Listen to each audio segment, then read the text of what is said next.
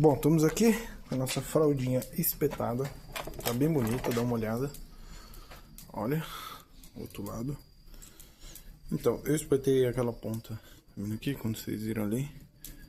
Porque é uma ponta fina, né, pra não ficar tão solta. Espetei dessa forma. Aqui nós vamos... Eu gosto de colocar o sal antes. Sal. Eu vou passar o sal, gente, porque esse sal não é tão fino.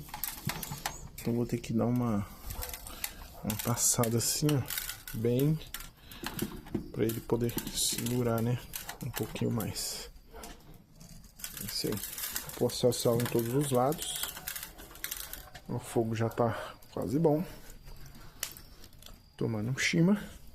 E vamos que vamos. Ah, gauchada!